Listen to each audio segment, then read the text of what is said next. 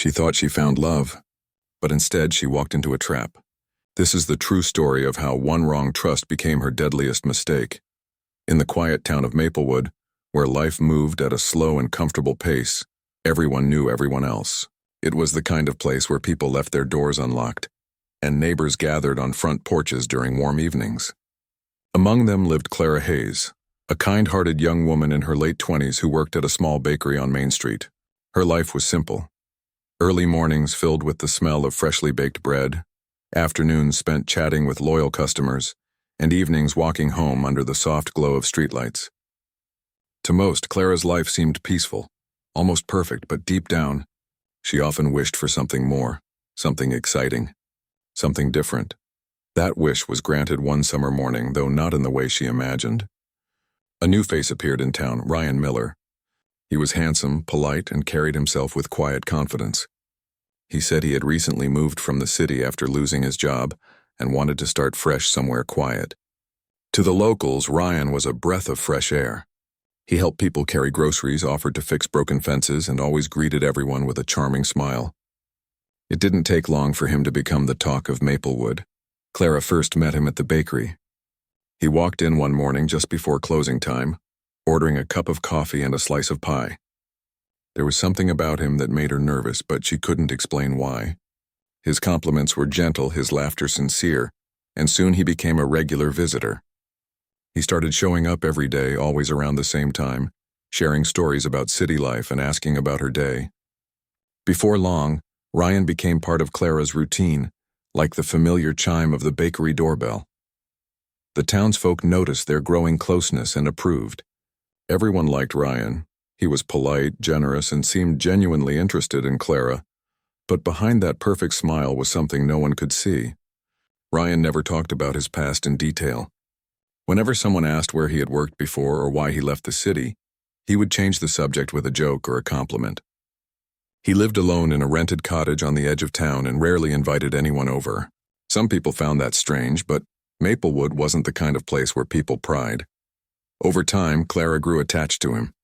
He started helping her close the bakery, walking her home, and fixing small things in her apartment. A broken window latch, a squeaky door. It all felt so natural that she didn't notice how easily she was letting him into her life. Ryan made her feel safe, cared for, and special, feelings she hadn't experienced in a long time. He told her she was different, that she made him feel at peace. And Clara believed him. But small signs began to appear, quiet red flags that Clara ignored. Sometimes she caught him watching her reflection instead of her face. Other times he seemed to know things she hadn't told him, like where she went after work or who she'd met at the cafe. When she asked how he knew, he would just smile and say he paid attention. Clara brushed it off as thoughtfulness, unaware that she had already become the center of his obsession. By the end of summer, the town saw them as a perfect couple. Clara felt lucky to have met him, thinking fate had finally given her what she always wanted: love, excitement, and companionship. But what she didn't know was that Ryan's arrival in Maplewood was no accident. He had chosen this quiet town carefully, and Clara wasn't just a woman he happened to meet. She was the reason he came, and soon the peaceful rhythm of her small-town life would take a dark and irreversible turn, one that would change everything forever. As the months passed, Clara's once bright and easygoing life began to change in ways she didn't immediately notice. Ryan had become the most important part of her world, and slowly he started to reshape it. It began with little things, comments about her friends, small suggestions that she should spend more time with him instead of others. He told her that people in town didn't really understand their relationship, that they were jealous. At first, Clara laughed it off, but over time, she began to see her friends less and less.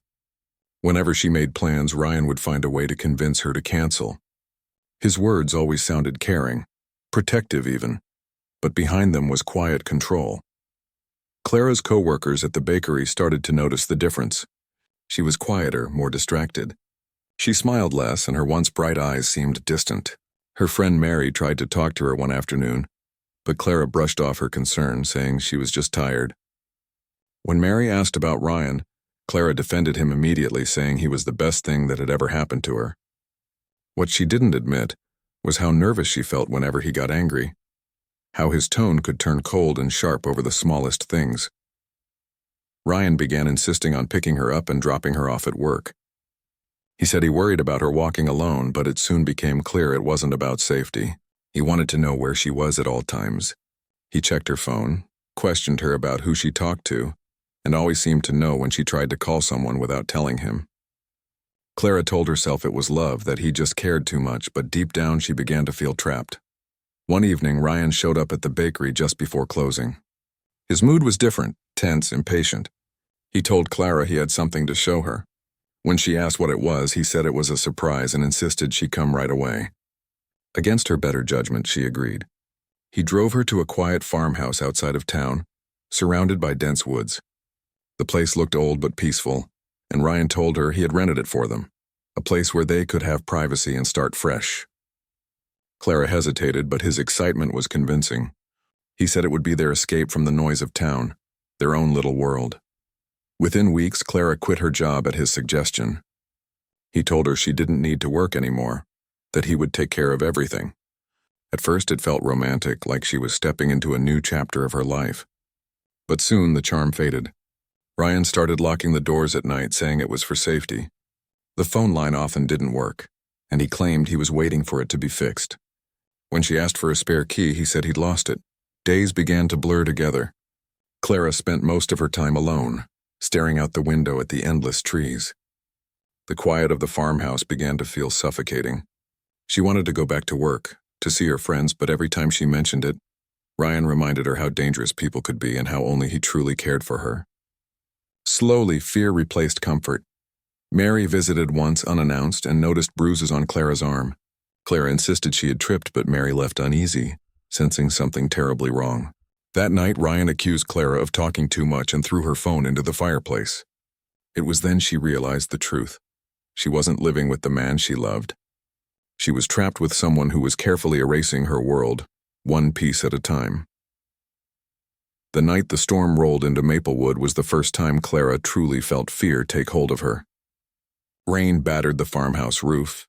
Wind howled through the cracks in the walls, and somewhere in the distance thunder rolled like a warning. Ryan had been quiet all day, his mood unreadable. He sat by the window for hours, staring into the dark woods as if waiting for something. When the phone rang that evening, he answered quickly and stepped into the other room. His voice was low, sharp, and impatient. Clara strained to hear but caught only fragments. Then came the words that made her blood run cold. She has no idea what's coming. Clara froze where she stood. Every instinct told her to run, but fear rooted her to the floor. When Ryan returned, his face was calm, almost too calm, as he smiled and asked her to make tea. She obeyed silently, pretending she hadn't heard a thing. That night, while he slept on the couch with the keys in his pocket, Clara lay awake in the dark, her mind racing. She thought about her friends, her old life, and the small moments she had taken for granted. The laughter at the bakery, the sound of traffic on Main Street, the feeling of being safe. All of it felt like a distant dream now. The next morning, Ryan said he was going into town for supplies. It was unusual for him to leave her alone, and she knew this might be her only chance. The moment his truck disappeared down the road, Clara began searching the house. Her hands trembled as she checked drawers, closets, and cupboards, hoping to find something, anything that would explain who he really was. In the bedroom, she noticed a loose floorboard near the corner. Using a kitchen knife, she pried it open and found a small metal box tucked underneath. Inside were several driver's licenses, all with different names and faces, but each photo was unmistakably Ryan. There were also newspaper clippings about missing women from different towns, their faces circled in red ink. Clara's hand shook as she flipped through them. The headlines blurred together. Local woman disappears without a trace. Search called off after 2 weeks. Family still seeking answers. At the bottom of the box lay a necklace, a silver heart pendant engraved with initials that weren't hers. Panic surged through her chest as the realization hit. Ryan wasn't who he claimed to be. He had done this before, maybe many times. Every woman in those clippings had likely trusted him, just as she had. Before she could plan her next move, the sound of tires crunching on gravel echoed from outside. Ryan was back. She barely had time to shove the box under the bed before he stepped inside, dripping wet from the rain. His eyes scanned the room, sharp and suspicious. For a moment, neither of them spoke. Then he smiled to Minna, but it wasn't the same warm smile she once fell for. It was cold, calculated, and knowing. From that moment, Clara understood that he knew. He knew she had found his secret. The air in the farmhouse grew heavier with every passing minute. Ryan didn't need to say anything. His silence was enough. That night, the storm outside quieted, but inside the walls of that isolated farmhouse, something far more dangerous was brewing. Clara was no longer a girlfriend. She was prey, and she knew her only chance to survive was to escape before he decided it was too late. The days that followed were a blur of fear and silence. Ryan no longer pretended to be the kind, gentle man he once was. His charm had vanished, replaced by suspicion and coldness. He moved through the farmhouse with a quiet, watchful presence, always keeping her within sight. Clara felt his eyes on her constantly, even when he didn't speak. He no longer let her leave the house, not even to step onto the porch. When she asked why, he simply said, "It's safer this way." His voice was calm, but his stare made her heart race. At night, he began sleeping near the front door, keeping the keys in his pocket. He told her it was to protect them from strangers, but she knew better. Every creak in the old floorboards made her flinch. Every sound from the woods outside made her wonder if she'd ever see daylight again. She barely ate, barely slept. Her thoughts were consumed by one desperate goal: escape. One afternoon, Ryan left to fix his truck. It was parked behind the house, and she could hear him cursing under his breath as he worked. Clara knew this might be her only chance. Her hands shook as she searched the kitchen for something sharp to break the window. She found a heavy iron pan and swung it at the small back window until the glass shattered. The sound was loud, far louder than she expected, but she didn't stop. She climbed through the opening, scraping her legs against the jagged edges, and stumbled into the open air for the first time in weeks. The woods were thick, dark, and endless. Branches tore at her clothes as she ran, her bare feet sinking into the wet ground. Behind her, Ryan's voice broke through the silence, shouting her name with a fury that echoed through the trees. The sound made her heart pound harder. She didn't look back. The forest seemed alive, whispering warnings with every gust of wind. Her breath came in ragged gasps as rain began to fall, turning the dirt to mud. She ran until her lungs burned and her vision blurred. Then, through the curtain of rain, she saw headlights approaching on a narrow dirt road. Stumbling onto the road, she waved her arms desperately, collapsing just as a truck screeched to a stop. A man got out, startled by the sight of a terrified woman covered in mud and blood. Without hesitation, he helped her into the truck and drove straight to the nearest police station. Inside, Clara could barely speak. Her voice shook as she told him about Ryan, about the farmhouse, the box, and the things she had found. Officers were dispatched immediately. When they arrived at the farmhouse, the door was wide open, rain pouring in through the broken window. The metal box was lying on the floor, its contents scattered. But Ryan was gone. For the first time in weeks, Clara felt both relief and dread. She was safe, but not really, because deep down she knew that men like Ryan didn't just disappear. They waited. And somewhere out there, in the shadows of the woods, he was still watching. Weeks passed, and the investigation into Ryan Miller's disappearance spread across counties, but no trace of him was ever found. The farmhouse was searched from top to bottom, and detectives collected fingerprints, photos, and documents. The metal box Clara had discovered became the center of the case. Each identity card, each clipping of a missing woman told the same story. Women who had trusted him vanished without a trace and were never found. Authorities believed Ryan had been using different names for years, moving from town to town, targeting women who lived quiet lives. Clara was moved to a safe house under police protection.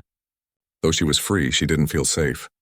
Every shadow made her heart race, every knock at the door made her flinch. She couldn't sleep without leaving the lights on. Therapy sessions helped her speak about what had happened, but no words could erase the fear that lingered inside her. Sometimes she thought she heard Ryan's voice calling her name in her dreams, or saw his reflection in store windows. She had escaped his control, but not his presence. He lived inside her fears now. Months later, Clara left Maplewood for good. She changed her name, moved to another state, and tried to rebuild her life. She found a small apartment near the coast and started working again in a cafe. To those who met her, she was just another quiet woman trying to move forward. She rarely spoke of her past, not even to the people she slowly began to trust. But there were nights when the sound of rain would take her back to that farmhouse. The storm, the darkness, and the moment she realized who Ryan truly was. A year after her escape, news broke that a hiker had found a shallow grave deep in the Maplewood woods not far from the old farmhouse. Inside were human remains and a small bracelet engraved with Clara's initials. Investigators feared the worst, thinking Ryan had returned for her. But DNA results later confirmed that the remains weren't hers. They belonged to another woman who had disappeared 3 years earlier. That discovery confirmed what Clara already suspected. She wasn't the first and maybe not the last. Despite renewed searches, Ryan was never found. His face appeared on wanted posters, true crime shows, and online forums, but every lead ended in silence. Some claimed to have seen a man matching his description in nearby towns. Others said he'd fled the country. There were even rumors that he was living under another name, starting over again, waiting for the right moment to strike. Clara tried to move on, but the fear never completely faded. She often caught herself checking locks twice, scanning crowds and avoiding strangers who smiled too easily. Her life became a quiet routine of survival. Still, she knew she was lucky to be alive, when so many others weren't. Some nights she would look out at the ocean, listening to the waves crash against the shore, and whisper to herself that she was free. Yet somewhere deep inside, a voice reminded her that freedom came at a price. Ryan Miller was still out there, hiding behind another name, another smile. And though the world had moved on, Clara knew one thing for certain. The man she once trusted, the man she once loved, would always be out there somewhere, watching and waiting for his next chance. She escaped, but the scars will never fade, and somewhere out there, the man she once trusted is still free, watching, waiting, and searching for his next victim. If you found this story chilling, don't forget to like, share, and subscribe for more true crime stories just like this.